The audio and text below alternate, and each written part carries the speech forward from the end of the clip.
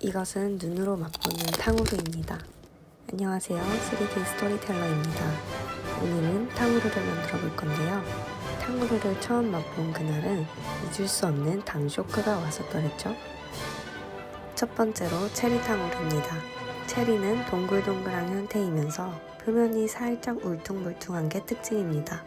잊지 않고 체리 꼭지 부분은 안으로 넣어줍니다. 두 번째는 사파이어 포도입니다. 사파이어 포도는 제가 제일 처음 먹어본 탕후루이기도 한데요. 길쭉한 포도를 처음 보기도 해서 맛이 너무 궁금했습니다. 여러분들이 가장 좋아하는 탕후루는 무엇인가요? 저는 귤 탕후루인데요. 바삭 깨지는 설탕 사이로 말캉한 귤의 새콤함이 새로움을 주었습니다. 귤의 특징은 표면이 매끈한 껍질로 되어 있지만 껍질을 까면 볼륨감 있는 알갱이들이 나와 있는 게 특징이에요. 네 번째는 만들기 가장 까다로웠던 딸기입니다. 딸기씨를 만들어 줄게요.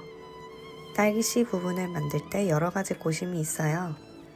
길쭉한 타원 형태의 딸기씨를 먼저 만들어주고 표면 위에 올립니다.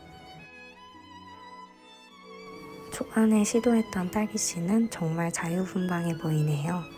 딸기 끝부분에 씨가 향하도록 방향을 맞추고 아까 만들어 두었던 표면을 딸기씨와 합쳐줄게요.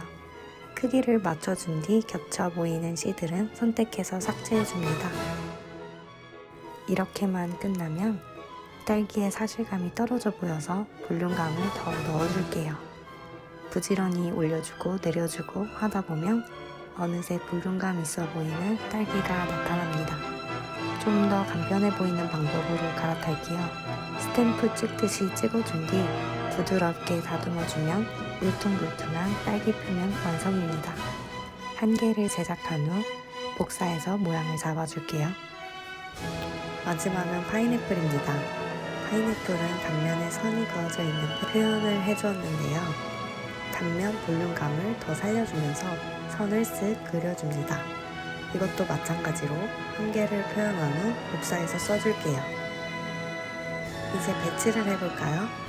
막대기는 긴 원통으로 지난번 소떡소떡 할 때 만들었던 막대기로 써줄게요.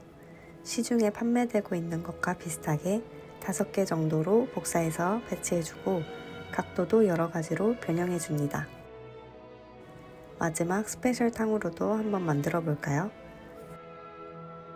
여러 가지 가위를 섞어서 만든 스페셜 탕후루입니다. 이제 재질감 표현을 해줄게요. 탕후루의 재질감에서 가장 중요한 건 반짝반짝이는 설탕입니다. 제일 위에 설탕물을 표현해주고 과일 색깔을 지정해줍니다. 한 색깔로 칠해주면 사실감 표현이 안 되기 때문에 여러 가지 색상으로 덮어서 표현을 해주면 이렇게 보여지게 됩니다.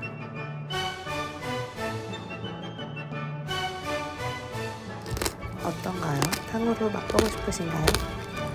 구독과 좋아요를 눌러주시면 새로운 영상을 가장 빠르게 만나보실 수 있으십니다. 오늘도 시청해주셔서 감사합니다.